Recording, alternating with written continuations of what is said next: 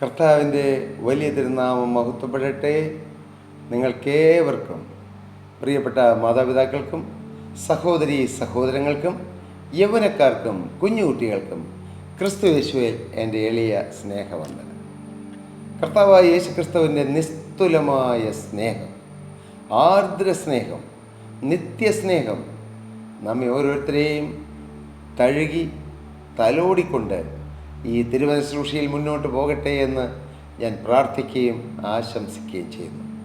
ഇന്ന് ഈ തിരുവചനം കേൾക്കുന്ന നിങ്ങൾ ചിലർ നിരാശയിൽ കഴിയുന്നവരാണോ? ഭാരത്തിൽ കഴിയുന്നവരാണോ? സങ്കടത്തിൽ കഴിയുന്നവരാണോ? അനേകം ആവശ്യഭാരങ്ങളിൽ വലഞ്ഞു കഴിയുന്നവരാണോ? പ്രിയപ്പെട്ടവരെ, നിങ്ങൾക്ക് കർത്താവ് ആശ്വാസകാലങ്ങൾ നൽകട്ടെ. നല്ല സമാധാനത്തിൻ്റെ നിമിഷങ്ങളും സമാധാനത്തിൻ്റെയും സന്തോഷത്തിൻ്റെയും ആനന്ദത്തിൻ്റെയും കാലഘട്ടങ്ങൾ ഈ ഭൂമിയിൽ മാത്രമല്ല നിത്യതയിലും നൽകട്ടെ എന്ന് പ്രാർത്ഥിച്ച് ആമുഖമായി നിങ്ങളേവരെയും അനുഗ്രഹിക്കുന്നു. ലൂക്കോസിന് സുവിശേഷം 1-ാം അധ്യായം 24-25 വാക്യങ്ങൾ വായിക്കുമ്പോൾ അവിടെ വളരെ അതിശയകരമായ അത്ഭുതകരമായ ചില കാര്യങ്ങൾ എഴുതി വച്ചിരിക്കുന്നത് നമുക്ക് കാണാൻ കഴിയും. ആ നാളുകൾ കഴിഞ്ഞിട്ട് അവൻ്റെ ഭാര്യ എലിസബത്ത് ഗർഭം ധരിച്ചു. മനുഷ്യരിടയിൽ എനിക്കുണ്ടായിരുന്ന നിന്ന് നീക്കുവാൻ കർത്താവ് എന്നെ കടാക്ഷിച്ച നാളിൽ ഇങ്ങനെ എനിക്ക് ചെയ്തു തന്നിരിക്കുന്നു എന്ന് പറഞ്ഞു. നിന്ന് മാറ്റുന്ന ദൈവം.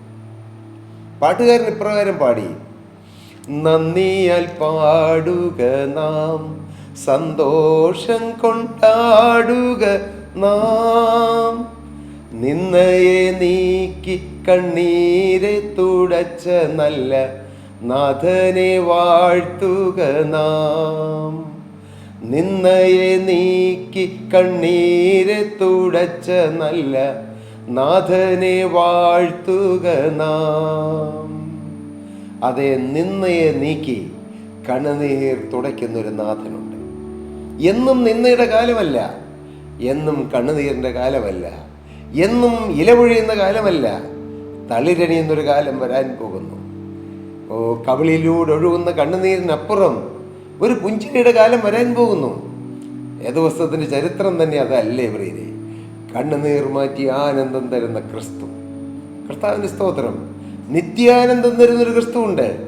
നിത്യസ്വർഗത്തിൽ നിത്യാനന്ദം. എന്നാൽ ഈ ഭൂമിയിൽ ജീവിക്കുമ്പോഴും നമുക്ക് ആനന്ദം തരുന്നൊരു ദൈവമുണ്ട്. അത് ഒരുപക്ഷെ കഷ്ടതയുടെ മധ്യത്തിലാകാം, രോഗത്തിൻ്റെ മധ്യത്തിലാകാം, കടബാധ്യതയുടെ മധ്യത്തിലാകാം, വേദനയുടെ മധ്യത്തിലാകാം, പ്രതിസന്ധികളുടെ മധ്യത്തിലാകാം. ക്രിസ്തു തരുമ്പോൾ സാഹചര്യങ്ങളെല്ലാം അനുകൂലമാകണമെന്നില്ല, പക്ഷേ നമുക്ക് ആനന്ദവും സന്തോഷവും തരും. ഇവിടെ നാളുകളായി പ്രാർത്ഥിച്ചിട്ടും പ്രാർത്ഥനയ്ക്ക് മറുപടി കിട്ടാതെ എല്ലാ കാര്യങ്ങളും അവസാനിച്ച് ജരാനരകൾ ബാധിച്ച് വൃദ്ധിയായ എലിസബത്ത് ഇതാ ഗർഭിണിയായിരിക്കുന്നു. കർത്താവിന്റെ സ്തോത്രം. അപ്പോൾ എലിസബത്ത് പറയുന്ന വാക്കുകളാണ്, അത് നന്ദിയുടെ വാക്കുകളാണ്. പ്രാർത്ഥന കേട്ട് ദൈവത്തിന് നന്ദി അർപ്പിച്ചുകൊണ്ടുള്ള ആ വാക്കുകൾ.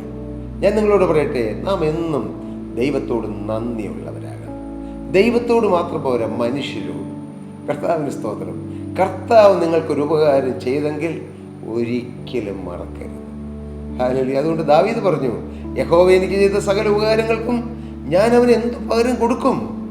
എനിക്കൊന്നും പകരം കൊടുക്കാനില്ലല്ലോ കർത്താവേ. കാരണം അത്രമാത്രം ഉപകാരങ്ങൾ, എണ്ണിയാൽ തീരാത്ത ഉപകാരങ്ങൾ കർത്താവ് ചെയ്തു. ദൈവത്തിന് സ്തോത്രം. എലിസബത്ത് നന്ദിയുള്ളവളായിരുന്നു. അതൊരു നല്ല ലക്ഷണമാണ്. ഞാൻ നിങ്ങളോടൊരു ആത്മീയ മർമ്മം പറയാം.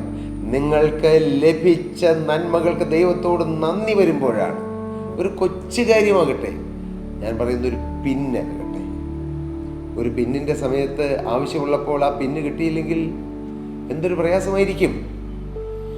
ഞങ്ങളുടെ ഫെലോഷിപ്പിൽ ഒരിക്കൽ ഈ ബാക്കിലൊരു കർട്ടൻ ഇടാനായിട്ട് കെട്ടിയപ്പോൾ അതിൻ്റെ മിഡിൽ ഭാഗം അല്പം താണ് കിടക്കുന്നു. അന്ന് പെട്ടെന്ന് മീറ്റിംഗ് നടക്കാൻ പോവുകയാണ്. താണ് കിടക്കുമ്പോൾ അതൊരു ലെവൽ കുറവാണ്, അല്പം ബുദ്ധിമുട്ടുണ്ട്. അവിടെ 1 ഇഞ്ച് നീളമുള്ള ഒരു കൊച്ച ആണി കിട്ടണമെന്ന് ഞാൻ ആഗ്രഹിച്ചു. ഞങ്ങൾ അവിടെ എല്ലാം തപ്പി. അന്നൊരു സൺഡേ ആയിരുന്നു. മാത്രമല്ല, സമയം ആരാധന തുടങ്ങാൻ അധികം സമയമില്ല. കടകളൊക്കെ അടച്ചിരിക്കുന്നു. ആ ഒരു ചെറിയ അണി അതിന് എന്ത് വില കാണും? നിസ്സാരം. പക്ഷേ ആ സമയത്ത് അതിൻ്റെ വില വലുതാണ്. ദൈവത്തിന് സ്തോത്രം. അത് കിട്ടിയില്ല, കാര്യം നടന്നില്ല. പക്ഷെ അത് കാര്യങ്ങളൊക്കെ സോൾവ് ചെയ്യാനിടയായി. പ്രിയപ്പെട്ടവരെ, അതിന് പോലും ദൈവസഭയിൽ നന്ദി പറയണം. അതുപോലും വിലപ്പെട്ടതാണ്, നാം തള്ളിക്കളയരുത്.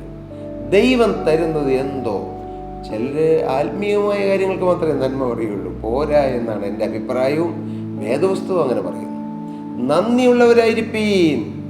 കർത്താവിന്റെ സ്തോത്രം. തിരുവചനം അങ്ങനെയാണ് പറയുന്നത്, നന്ദിയുള്ളവരായിരിപ്പീൻ. സങ്കീർത്തനങ്ങളാലും സ്തുതികളാലും ആത്മിക ഗീതങ്ങളാലും തമ്മിൽ സംസാരിച്ചും നിങ്ങളുടെ ഹൃദയത്തിൽ കർത്താവിന് പാടിയും കീർത്തനം ചെയ്തും ഇങ്ങനെ ദൈവവും പിതാവുമായവനെ എല്ലായ്പ്പോഴും എല്ലാറ്റിനും വേണ്ടി സ്തോത്രം ചെയ്തുകൊണ്ടിരിപ്പീൻ. അങ്ങനെയാണ് ദൈവത്തിൻ്റെ വചനം പറയുന്നത്.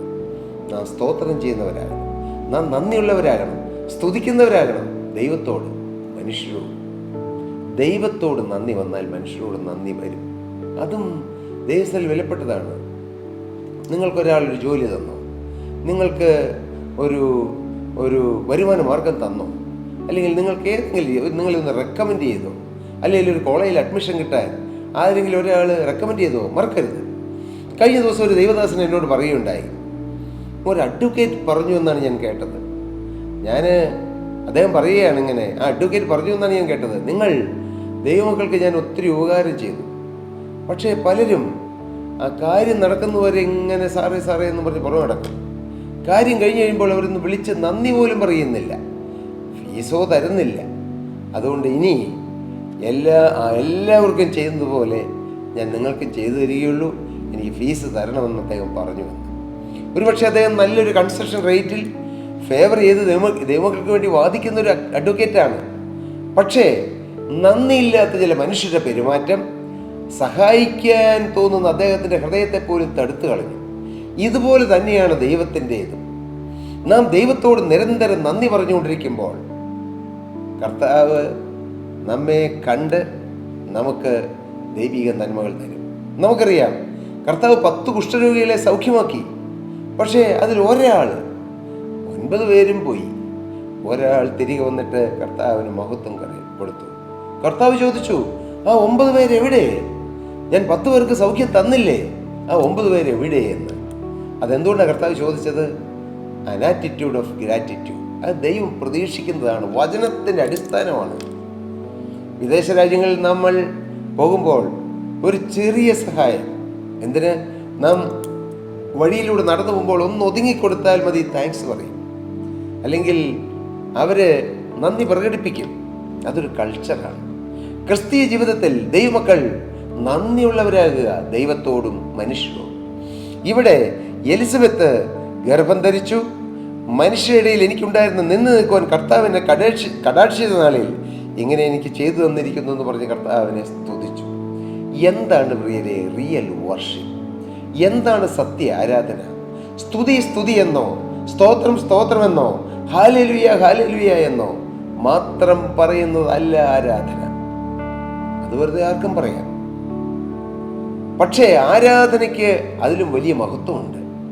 നമ്മുടെ ഹൃദയത്തിൽ ദൈവം ചെയ്ത ഉപകാരങ്ങൾ, കർത്താവായ യേശുക്രിസ്തു കാൽവറിയിൽ നേടിത്തന്ന രക്ഷ, അതിനുവേണ്ടി കർത്താവ് കൊടുത്ത വില, ഇതെല്ലാം ഓർത്തുകൊണ്ടും അയവിറക്കിക്കൊണ്ടും ഹൃദയം നന്ദി കൊണ്ട് നിറഞ്ഞ് ആ നന്ദിയുള്ള ഹൃദയത്തിൽ നിന്നും ഉയർന്നു വരുന്ന ചില അനുഭവങ്ങൾ, അത് നാവിലൂടെ ബഹിർഗമിക്കുന്നതാണ് ആരാധന.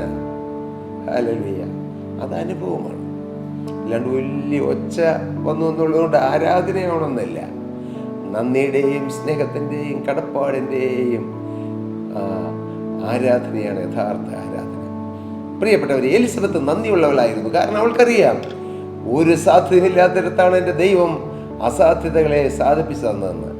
എളിയവരായി ഞങ്ങൾ നിരന്തരം കർത്താവിൻ്റെ വേലയിൽ ഓടി നടന്ന് എവിടെയെല്ലാം കർത്താവിനെ സാക്ഷിപ്പാനോ ഉയർത്താനോ മഹത്വപ്പെടുത്താനോ അവസരം കിട്ടുന്നുവോ അതെല്ലാം ഉപയോഗിച്ചുകൊണ്ട്, പ്രിയപ്പെട്ടവരെ, ഒരുപക്ഷെ സ്വന്തം കാര്യങ്ങൾ അതിൽ അത്ര ശ്രദ്ധ ചെലുത്താതെ, പറഞ്ഞാൽ മുൻതൂക്കം ദൈവവേലയ്ക്ക് കൊടുത്തുകൊണ്ട് ഓടുന്നതിൻ്റെ ലക്ഷ്യം എന്താണെന്നറിയാമോ?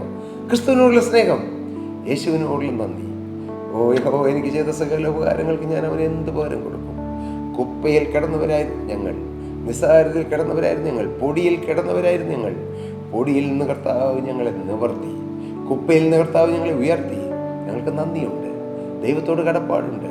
ജീവനുള്ള ദൈവത്തിൻ്റെ സന്നിധിയിൽ നന്ദിയുള്ളതുകൊണ്ടാണ് കർത്താവിന് വേല ചെയ്യുന്നത്. രണ്ട് കാര്യങ്ങളേ ഉള്ളൂ ഞങ്ങൾ കർത്താവിന് വേല ചെയ്യുവാൻ. ഒന്ന്, ക്രിസ്തുവിനോടുള്ള നന്ദിയും സ്നേഹവും. രണ്ട്, നശിച്ചു പോകുന്ന ആത്മാക്കളെ കുറിച്ചുള്ള വേദന.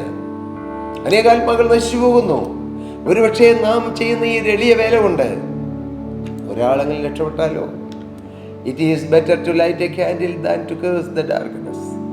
ഇരുട്ടിനെ ശ്രമിച്ചിട്ട് കാര്യമില്ല, സാഹചര്യങ്ങളെ പഴിച്ചിട്ട് കാര്യമില്ല, എൻ്റെ ജീവിതം എങ്ങനെയാണെന്ന് പറഞ്ഞ് നിരാശപ്പെട്ടിട്ടും കാര്യമില്ല, ഞാൻ മരിച്ചാൽ മതി എന്ന് ഓർത്തിട്ടും കാര്യമില്ല. പ്രിയരെ, ജീവിതം മാറുകയില്ല. നാം മുന്നോട്ട് കാലെടുത്ത് വയ്ക്കുക, ദൈവത്തിൽ വിശ്വസിക്കുക, ക്രിസ്തുവിൽ ആശ്രയിക്കുക. അങ്ങനെയെങ്കിൽ നമ്മുടെ ജീവിതം മാറും. എലിസബത്തിനെ പോലെ നമുക്ക് നന്ദിയുള്ളവരാകാം. കർത്താവ് ചെയ്ത ഉപകാരങ്ങൾ, പ്രിയപ്പെട്ടവരെ, നിങ്ങളൊന്ന് നോക്കൂ. ദൈവം നിങ്ങൾക്ക് ഉപകാരം ചെയ്തില്ലേ? ദൈവം നിങ്ങൾക്ക് നന്മ തന്നില്ലേ? നിങ്ങൾക്ക് ആയുസ് തന്നില്ലേ? ആരോഗ്യം തന്നില്ലേ? അവയവങ്ങൾ തന്നില്ലേ? എത്രയോ പേര് കൈയില്ലാതിരിക്കുമ്പോൾ നമുക്ക് കൈകൾ തന്നു. എത്രയോ പേർക്ക് കണ്ണില്ലാതിരിക്കുമ്പോൾ നമുക്ക് കണ്ണ് തന്നു. എത്രയോ പേർക്ക് നാവില്ലാതിരിക്കുമ്പോൾ നമുക്ക് നാവ് തന്നു. എത്രയോ പേർക്ക് വിദ്യാഭ്യാസമില്ലാതിരിക്കുമ്പോൾ നമുക്ക് വിദ്യാഭ്യാസം തന്നു. എത്രയോ പേര് ഒരു മാസം വരുമാനമില്ലാതെ വലഞ്ഞു കഴിയുമ്പോൾ നമുക്ക് നല്ല ശമ്പളം തന്നു, വരുമാന മാർഗം തന്നു. എത്രയോ പേർ ഭവനമില്ലാതെ കഴിയുമ്പോൾ നമുക്ക് സ്വന്തമായി ഭവനം തന്നു. എല്ലാം കൃപയാണ്, എല്ലാം കനിവാണ്. കഴിവല്ല, കൃപയാണ്. ബലമല്ല, ദയയാണ്. എല്ലാം കൃപയെന്ന് നാം കണ്ടെത്തിയാൽ നാം കർത്താവിനെ സ്തുതിക്കാൻ മറക്കുകയില്ല, കർത്താവിനോട് നന്ദി കരയറ്റാൻ മറക്കുകയില്ല. നന്ദിയാൽ പാടുക നാം, സന്തോഷം കൊണ്ട് ആടുക നാം. എന്തിന്? നിന്നയെ നീക്കി, മുഖത്ത് നിന്ന് നീക്കി കണ്ണീരെ തുടച്ചൊരു നാഥനുണ്ട്. ഞാൻ പറയുമ്പോൾ ഞാൻ ഇന്ന് സന്തോഷവാനായി പ്രസന്നവനായി നിങ്ങളുടെ മുമ്പിൽ നിൽക്കുന്നു. എന്നാൽ നിന്നയുടെ കാലം എനിക്ക് ഒരിക്കലും ഉണ്ടായിരുന്നു. നിന്ന മാത്രമായിരുന്നു. തലമുമ്പിട്ട് നടന്ന കാലങ്ങൾ, അപകർഷതാബോധം കൊണ്ട് തലമുമ്പിട്ട്, ഞാൻ പ്രീ ഡിഗ്രിക്ക് ഫസ്റ്റ് ഇയർ പഠിക്കുന്നവരെയും തലമുമ്പിട്ടായിരുന്നു നടക്കുമായിരുന്നുള്ളൂ. ഹല്ലേലൂയ. കുടുംബ സാഹചര്യങ്ങൾ, വീട്ടിലെ പട്ടിണിയും വീട്ടിലെ ദാരിദ്ര്യവും വീട്ടിലെ വസ്ത്രമില്ലാത്ത അവസ്ഥയും കുടുംബത്തിലുണ്ടായിരുന്ന ചില രോഗബാധകളും ശാപബന്ധനങ്ങളും എല്ലാം ഓർത്ത് ഞാൻ നിരാശനായിരുന്നു. എന്നാൽ 19-ാമത്തെ വയസ്സിൽ നിരാശ മാറ്റി പ്രത്യാശ തരുന്ന എൻ്റെ യേശു എൻ്റെ ഹൃദയത്തിൽ വന്നു. യേശുവിന് വേണ്ടി ജീവിതം വർദ്ധിക്കാൻ എനിക്ക് ഭാഗ്യം കിട്ടി. അങ്ങനെ ഞാനൊരു ദൈവത്തിലായി തീർന്നു. അന്ന് മുതൽ ഭാഗ്യനാൾ, യേശു എൻ്റെ ഹൃദയത്തിൽ വന്ന നാൾ, യേശു എനിക്ക് രക്ഷ തന്ന നാൾ. ആ ഭാഗ്യനാൾ ഓർത്ത് ഞാൻ കർത്താവിനെ സ്തുതിക്കുന്നു. അന്ന് മുതൽ ഇന്നുവരെയും എൻ്റെ കർത്താവ് വിശ്വസ്തനായിരുന്നു. എൻ്റെ കർത്താവ് എന്നെ കരുതി, എൻ്റെ കർത്താവിനെ പോറ്റി പുലർത്തി. പ്രതിസന്ധി വന്നപ്പോൾ ഓടി വന്ന കരങ്ങളിൽ താങ്ങി. പ്രശ്നങ്ങൾ വന്നപ്പോൾ കർത്താവിനെ സഹായിച്ചു. കർത്താവിനോട് എനിക്ക് നന്ദിയുണ്ട്. എൻ്റെ കർത്താവിനോട് എനിക്ക് സ്നേഹമുണ്ട്. എൻ്റെ കർത്താവിനോട് എനിക്ക് തീർത്താൽ തീരാത്ത കടപ്പാടുണ്ട്. ഈ ഭൂമിയിലെ ആയുസ് തീർത്ത് വേല തികച്ച് എൻ്റെ നാഥൻ്റെ സന്നിധിയിൽ ചെന്ന് നന്ദിയുള്ളവനായി നന്ദിയോടെ ആ പാദം ചുംബിച്ച് ആ പാദത്തിൽ ഇരുതുള്ളി കണ്ണുനീർ അർപ്പിക്കണമെന്നാണ് എൻ്റെ ആഗ്രഹം. നിത്യയുഗ എൻ്റെ പ്രാണപ്രിയനായ യേശുവിനോടൊത്ത് എനിക്ക് വസിക്കണം, ആ സ്നേഹത്തിൽ ലയിക്കണം. ഹല്ലേലൂയ. ഈ ലോകമോഹങ്ങൾ മായി എന്ന് ഞാൻ അറിയുന്നു. എല്ലാം തീരും ശവക്കുഴിയിൽ. എന്നാൽ അതിനപ്പുറത്തേക്കുള്ളൊരു ജീവിതമുണ്ട്. അതിനുവേണ്ടി സ്വത്ത് സ്വരൂപിക്കുക. ഈ ഭൂമിയിൽ എന്തെല്ലാം നേടിയാലും, കോടികൾ ബാങ്ക് ബാലൻസ് ഉണ്ടെങ്കിലും മകനെ ഒന്നും നിലനിൽക്കുകയില്ല. എല്ലാം വിട്ടിട്ട് നീ പോകേണ്ടി വരും. ഒരായുസേ ഉള്ളൂ. Just one life. It will soon be past. That which is done for Christ alone will last. CT Studd പറഞ്ഞ വാക്കുകളാണത്. പ്രിയ സഹോദരി സഹോദരങ്ങളെ, ഒരായുസേ നമുക്കുള്ളൂ. ആയുസ് നഷ്ടപ്പെടുത്തരുത്. ഒരു ആയുസ്, ഒരു കൊച്ചായുസ്, അത് കർത്താവിന് വേണ്ടി നിൽക്കുക. കർത്താവിനോട് നന്ദിയുള്ളവരാകുക. ദൈവസ്ഥലിൽ നിന്ന് പ്രാർത്ഥനകൾക്ക് മറുപടി നൽകുക. സക്കറിയാവിൻ്റെയും എലിസബത്തിൻ്റെയും ഉള്ളിൽ സന്തോഷിച്ചു. അവർ ആർത്തുപാടി ദൈവത്തെ സ്തുതിക്കുന്നവരായി തീർന്നു. പ്രിയപ്പെട്ടവരെ, നമുക്കും ദൈവം ചെയ്ത ഉപകാരങ്ങൾ ഓർത്ത് നമുക്ക് നന്ദിയോടെ സ്തുതിക്കാം.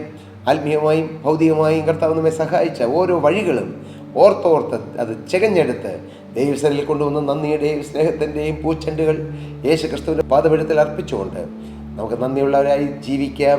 അതിനിടയാക്കട്ടെ. ദൈവനാമം മഹത്വം കൊടുക്കുവാനിടയാകട്ടെ.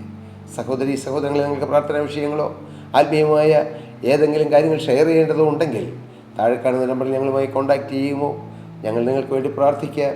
കർത്താവ് നിങ്ങളെ അനുഗ്രഹിക്കുമാറാകട്ടെ.